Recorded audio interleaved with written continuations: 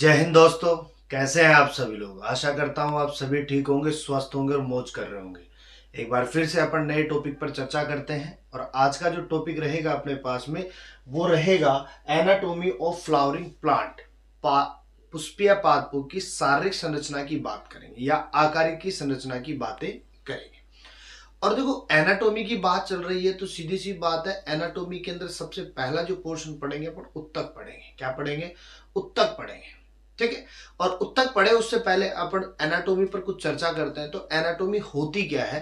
तो देखो, यहां पर अपन किसकी बात कर रहे हैं? फ्लावरिंग प्लांट की बात करते हैं, पुष्पीय पादपों की बात कर रहे हैं। पुष्पों की बात करें तो किस में आते हैं प्लांट? वनस्पति में आते हैं। तो हम सीधी सी बात कह सकते हैं, वनस्पति विज्ञान की वह शाखा जिसमें आंतरिक संरचना तथा संगठन का अध्ययन किया जाता है, क्या कहलाएगा? पादप शारीरिकी। समझ गए बात को?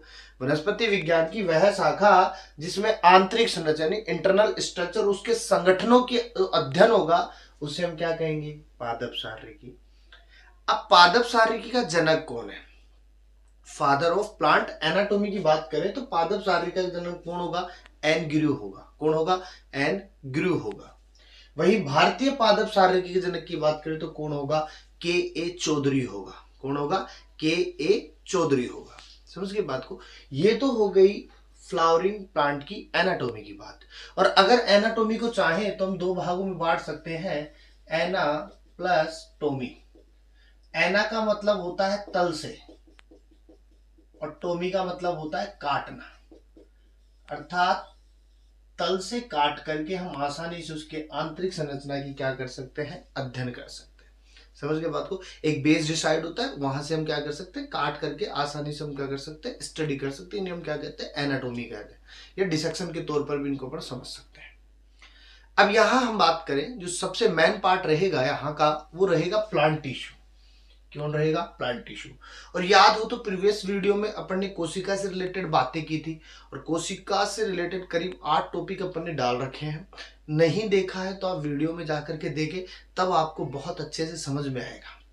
वहां पर अपन ने एनिमल टिश्यूज के बारे में बता रखा है, क्योंकि टिश्यू जो होते हैं वो दो प्रकार के होते हैं, एनिमल टिश्यू और प्लांट टिश्यू। तो दोनों टॉपिक्स अपन ने प्रीवियस वीडियो में डाल रखे हैं, एक बार जाकर के जरूर देखें, ज्यादा समझ में आएगा। बात करें उत्तक क्या होता है, तो अनेक कोशिकाओं का समूह या अनेक कोशिकाएं मिलकर के क्या बनाती हैं? उत्तक बनाती हैं। और वो जो उत्तक होते हैं उनकी संरचनात्मक और क्रियात्मक चीजें जो होती है वो क्या होती है? समान होती है। क्योंकि जब तक अलग अलग उत्तक जो होते हैं वो अलग अलग होते हैं, और अलग उत्तकों की बात करें तो उनके कार्य भी क्या होते हैं? अलग होते हैं। इसलिए अपन कहते हैं समान कोशिकाओं का समूह जिनकी संरचना एवं क्रियात्मक इकाई क्या हो? समान हो, फंक्शन क्या हो? समान हो, स्ट्रक्चर क्या हो? समान हो, तो वो क्या बनाएंगे? एक उत्तक बनाएंगे। इसीलिए अपन ने कहा था कि प्लांट टिश्यू जो होता है उसके लिए हम कहते हैं सेल, और कई सेल मिलकर क्या करती है? टिश्यू, और कई टिश्यू मिलकर क्या बनाते हैं? ऑर्गन, और कई ऑर्गन मिलकर क्या बनाते हैं? ऑर्गेनिज्म। क्या बनाते हैं? ऑर्गेनिज्म। तो सबसे छोटी इकाई क्या हो गई? कोशिका। सबसे बड़ी इकाई क्या हो गई? ऑर्गेनिज्म। समझ गए बात की? जीव की सबसे छोटी इकाई क्या है? कोशिका। बड़ी क्या है? ऑर्गेनिज्म। क्योंकि ये ऑर्गन मिलकर क्या बनाएंगे? ऑर्गेनिज्म, एक पूरी बॉडी बनाते हैं। समझ गए बात को? जैसे अपने शरीर के अंतर्गत कई उत्तक प्रेजेंट है, कई अंग भी प्रेजेंट है, और कई अंग मिलकर क्या बना रहे हैं? एक शरीर बना रहे हैं।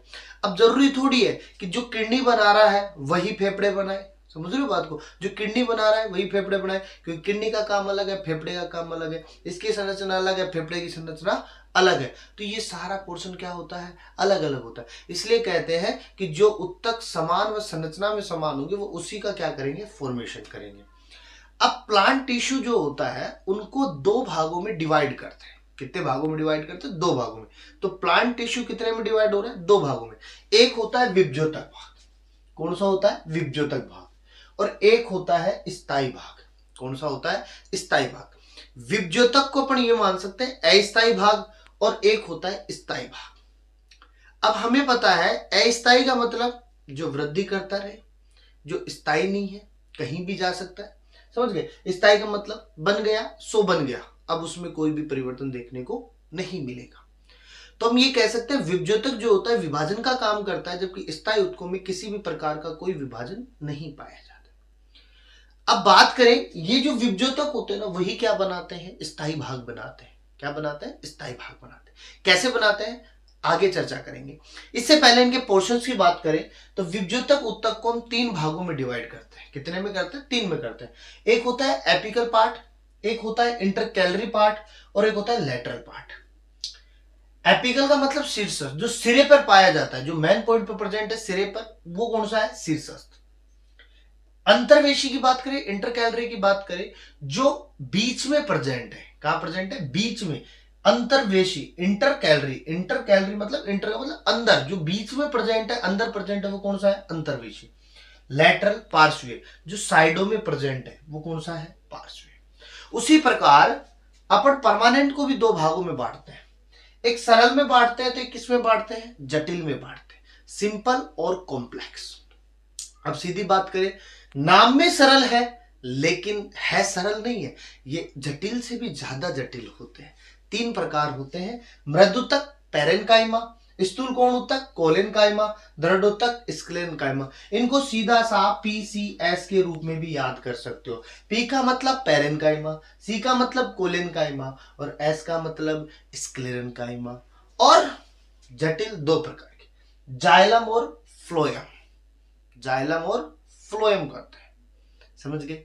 तो इस प्रकार से हम इनका क्या करते हैं, बंटवारा करते हैं।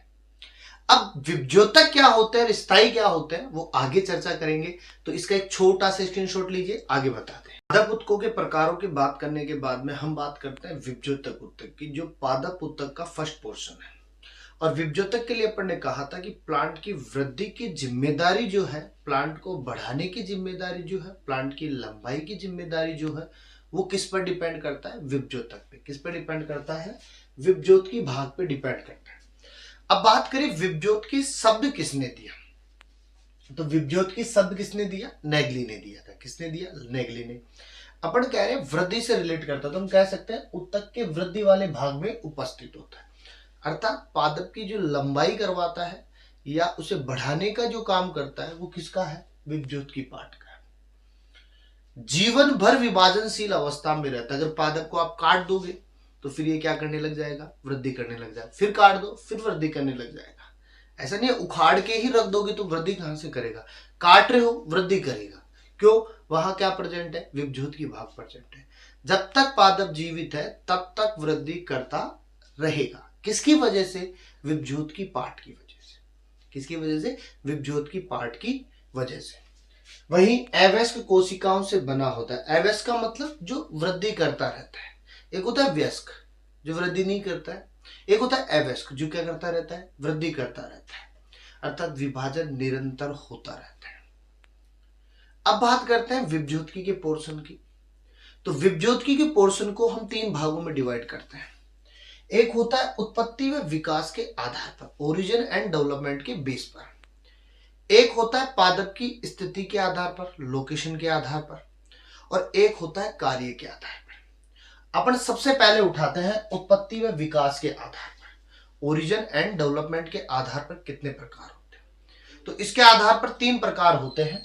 एक प्रोमेरिस्टेम होता है जिसे प्राक विभज्योतक भी कहते हैं, एक प्राथमिक विभज्योतक होता है, और एक द्वितीयक विभज्योतक होता है। अब हम बात कर सकते हैं प्रोमेरिस्टेम की, प्राक विभज्योतक की। तो ये कह सकते हैं कि भ्रूणीय अवस्था में सबसे पहले विकसित होने वाला जो उत्तक है वो कौन सा है, प्रोमेरिस्टेम। भ्रूणीय अवस्था से ही विकसित हो जाता है क्योंकि पादप की वृद्धि करवानी होती है। बीज जैसे ही अपन उगाते हैं उसके बाद में जो पहले बनता है वो कौन है, प्रोमेरिस्टेम। कौन बन रहा है, प्रोमेरिस्टेम। उसके बाद में इसमें विभाजन होगा और विभाजन से क्या बनाएगा, प्राथमिक विभज्योतक। क्या बनाएगा, प्राथमिक विभज्योतक बनाएगा। समझ गए बात को। भ्रूणीय अवस्था में सबसे पहले कौन सा विकसित होगा, प्रोमेरिस्टेम। प्रोमेरिस्टेम में विभाजन से क्या बनेगा, प्राथमिक विभज्योतक। समझ गए बात को। वही बात करें प्राथमिक विभज्योतक की तो हम कह सकते हैं सदैव विभाजनशील रहता है। यहां से हटेगा तो विभाजन कहां आ जाएगा, प्राथमिक विभज्योतक से, और वृद्धि करता रहता है। प्लांट की क्या कराता जाएगा, ग्रोथ कराता जाएगा। धीरे धीरे प्लांट क्या करता जाएगा, बढ़ता जाएगा। ऊपर भी बढ़ता है नीचे भी बढ़ता है। समझ गए बात को। ऊपर भी बढ़ेगा नीचे बढ़ेगा, जड़ की तरफ भी बढ़ रहा है और पररोह की तरफ भी बढ़ रहा है। समझ गए बात। स्थायी उत्तकों का निर्माण करता है। प्राथमिक विभज्योतक विभाजन करके क्या बनाएगा, जटिल उत्तक। जटिल उत्तक कौन से हैं अपने पास में, स्थायी उत्तक। स्थायी उत्तक को कितने भागों में बांटा, दो में, सरल और जटिल में। समझ गए बात को। प्राथमिक विभज्योतक क्या बनाएगा, स्थायी उत्तक। स्थायी उत्तक को कितने में बांट रहे, दो में, सरल में और जटिल में। स्थायी उत्तकों में बात करें। द्वितीयक विभज्योतक की बात करें तो स्थायी उत्तकों में अगर वापस से विभाजन हो रहा है, पुनः विभाजन हो रहा है, तो वो कौन सी अवस्था होगी, द्वितीयक विभज्योतक की। वैसे तो स्थायी उत्तकों में विभाजन नहीं होगा, लेकिन अगर हो रहा है तो वो क्या कहलाएगा, द्वितीयक विभज्योतक। और इस द्वितीयक विभज्योतक की वजह से, क्योंकि द्वितीयक विभज्योतक में अगर क्रियाशीलता होगी तो प्लांट की मोटाई क्या होती जाएगी, बढ़ती जाएगी, क्योंकि द्वितीयक वृद्धि वहां पर क्या हो जाती है, उत्पन्न हो जाती है। इसीलिए अपन कहते हैं स्थायी उत्तकों के अंतर्गत से वापस से वहां पर विभाजन हो रहा है तो उसे अपन कहते हैं विविभेदन। क्या कहेंगे, विविभेदन कहेंगे। और इसी प्रकार अगर हम इसको देखें कि सबसे पहले क्या बना, तो सबसे पहले अपने पास बना प्राक विभज्योतक। क्या बना, प्राक विभज्योतक, जिसे अपन क्या कह रहे हैं, प्रोमेरिस्टेम कह रहे हैं। क्या कह रहे हैं, प्रोमेरिस्टेम कह रहे हैं। और इस प्राक विभज्योतक के बाद में क्या बना, प्राथमिक विभज्योतक। और इस प्राथमिक विभज्योतक के बाद क्या बना, स्थायी उत्तक। और स्थायी उत्तक के बाद में क्या बना, द्वितीयक विभज्योतक। इस प्रकार से अपने पास में विभज्योतक क्या करता है, काम करता है। दोबारा सुन लीजिए, पहले क्या बनेगा, प्राक विभज्योतक, उसके बाद क्या बनेगा, प्राथमिक विभज्योतक, उसके बाद क्या बनेगा, स्थायी उत्तक, और स्थायी उत्तकों में विभेदन से क्या बनेगा, द्वितीयक विभज्योतक। इस प्रकार से अपन उत्पत्ति एवं विकास के आधार पर क्या कर सकते हैं, चर्चा कर सकते हैं। ठीक है, इसका एक स्क्रीनशॉट लीजिएगा। उत्पत्ति एवं विकास के आधार पर बात करने के बाद हम बात करते हैं स्थिति के आधार पर। और पादप की स्थिति की बात करें तो इसको तीन भागों में बांटते हैं। जैसे कि शीर्षस्थ को अपन ने क्या नाम दिया था, एपिकल। अंतर्वेशी को अपन ने नाम दिया था इंटरकैलरी। और पार्श्व को अपन ने नाम दिया था लैटरल। देखो नाम से ही पता चल रहा है, देखो ये कोई बीज है अपने पास, ये वृद्धि करेगा, एक ऊपर की ओर जाएगा, एक किधर जाएगा, नीचे की ओर। समझिएगा बात को, एक ऊपर की ओर जाएगा, एक किधर जाएगा, नीचे की ओर। ऊपर की ओर जो जा रहा है वो क्या बनाएगा, तना। नीचे की ओर जा रहा है वो क्या बनाएगा, जड़। समझ रहे हो बात को, ऊपर की ओर जो जा रहा है वो क्या बनाएगा, तना। नीचे की ओर जो जा रहा है वो क्या बनाएगा, जड़। अब ये तना नीचे ऊपर की ओर क्या करेगा, वृद्धि करेगा, ये वृद्धि करेगा। यहां से इसने क्या निकाल दी, कई शाखाएं। क्या निकालेगा, कई शाखाएं निकाल देगा। समझ रहे हो, नीचे की ओर ये क्या करता जाएगा, फैलता जाएगा। समझ रहे हो बात। तो ये जो पादप है इसमें किस प्रकार से क्या वृद्धि पाई जाएगी, तो समझिएगा ऊपर की ओर जड़, ऊपर की ओर जा रहा है, और नीचे की ओर, नीचे की ओर जड़ में, ऊपर की ओर तने में जा रहा है। तो समझिएगा शीर्षस्थ भाग जो होता है वो तने व जड़ में पाया जाता है। तने व जड़ में उपस्थित जो पार्ट है वो कौन सा है, शीर्षस्थ। क्यों, लंबाई कर रहा है, वृद्धि करवा रहा है, बढ़ा रहा है, तो लंबाई के लिए जिम्मेदार कौन है, शीर्षस्थ। समझ गए बात को, पादप की लंबाई बढ़ाने के लिए तने व जड़ पर निरंतर वृद्धि करता रहता है, बढ़ती रहती है। क्यों, आपने देखा होगा एक छोटा सा पादप लगाते हो और वो धीरे धीरे क्या करता है, वृद्धि। तो ऊपर की ओर भी वृद्धि कर रहा है और नीचे की ओर भी क्या करता है, वृद्धि करता है, फैलता जाता है नीचे की ओर। ऊपर की ओर क्या जा रहा है, सटीक लंबा जा रहा है, शाखाएं निकालता जाएगा। समझ गए बात को। इसके बाद बात करें अंतर्वेशी की, तो अंतर्वेशी जो भाग है वो शीर्षस्थ का ही पार्ट है। किसका पार्ट है, शीर्षस्थ का, एपिकल का ही पार्ट होता है। अब एपिकल का पार्ट है तो काम क्या करेगा, वही लंबाई बढ़ाएगा। एपिकल का पार्ट है तो क्या करेगा, लंबाई बढ़ाएगा। उदाहरण के लिए घास की बात करूं मैं, कि घास में अंतर्वेशी भाग पाया जाता है। होता क्या है, जब घास वृद्धि करती है, कोई जानवर आता है, खा जाता है, तो बीच में रह जाती है। वह कौन सा पार्ट है, अंतर्वेशी। शीर्षस्थ भाग तो उसका टूट चुका है, लेकिन अंतर्वेशी भाग क्या है, बचा हुआ है। और वो धीरे धीरे फिर वापस से क्या करने लग जाता है, वृद्धि करने लगता है। फिर कोई आएगा, खा जाएगा, फिर बीच में बच गया, फिर वो धीरे धीरे क्या करने लग जाएगा, वृद्धि करने लगेगा। क्यों, वहां पे क्या प्रेजेंट है, अंतर्वेशी पार्ट है। समझिए बात को। इसलिए प्लांट जो होता है, घास जो होती है, धीरे धीरे क्या करती जाती है, वृद्धि करती जाती है। और हमें लगता है खत्म नहीं हो रही है, तो टूटेगा बन जाएगा, टूटेगा बन जाएगा। क्यों, अंतर्वेशी पार्ट की वजह से। पार्श्व भाग बात करें तो जड़ व तने की परिधि भाग में, परिधि का मतलब साइडों में, यहां पे। समझ गए। तो ये धीरे धीरे पादप की क्या करेगा, मोटाई बढ़ा देगा। यहां स्थित है तो ये धीरे धीरे कहां ग्रोथ करेगा, यहां ग्रोथ करेगा। तो ये तने को क्या करेगा, मोटाई प्रदान करने का काम करेगा। नीचे की ओर जड़ को क्या करेगा, मोटाई प्रदान करेगा। तो मोटाई बढ़ाने के लिए कौन होगा, पार्श्व भाग होगा। समझ गए। लंबाई की बात करें तो लंबा, मोटे की बात करें तो मोटा। लंबा जा रहा है तो ऊपर की ओर जा रहा है, मोटा हो रहा है तो चौड़ा होता जा रहा है, फैलता जाएगा। ये क्या है, स्थिति के आधार पर। कार्य के आधार पर 3 भाग, अधित्वचा, प्राकैदा, भरण उत्तक। अधित्वचा, प्राकैदा, भरण उत्तक। देखो अधि तरफ त्वचा है तो सबसे बाहर की तरफ, ये जो बाहरी पार्ट है यहां जो प्रेजेंट है वो क्या है, अधित्वचा। पादप के बाहर का हिस्सा क्या कहलाएगा, अधित्वचा। क्या क्या आएंगे इसमें, एपिडर्मिस, क्योंकि प्लांट के बाहर की जो परत होती है उसे अपन क्या कहते हैं, एपिडर्मिस। क्या कहेंगे, एपिडर्मिस। मूल रोम, मूल के ऊपर हेयर समान संरचना, रोम की समान संरचना, बाल की समान संरचना पाई जाती है। जड़ में बताया था पढ़ने, तो क्या हो गया, बाहर का भाग है इसलिए क्या कह रहे हैं, मूल रोम। स्तंभ पर छोटे छोटे रोम समान संरचना प्रेजेंट है इसलिए क्या कह रहे हैं, स्तंभ रोम। प्राकैदा की बात करें तो प्राकैदा लंबे होते हैं और संवहनी उत्कों का निर्माण करते हैं। संवहनी उत्कों की जब बात आती है तो 2 चीज आती है, जाइलम और फ्लोएम। जाइलम का काम क्या होता है, नीचे से किसी मटेरियल को ऊपर ले जाना। फ्लोएम का काम ऊपर से नीचे लाना। समझ गए बात को। भरण उत्तक की बात करें, आंतरिक भाग होगा, बाहरी भाग कौन है, अधित्वचा। भरण उत्तक अंदर का भाग होता है। अब अंदर क्या होगा, अनेक मटेरियल फैले होंगे। अब अनेक पार्ट कौन से हैं, अधस्त्वचा, वलकुट, परिरम, मज्जा। ये सारे पार्ट किसके हैं, भरण उत्तक के।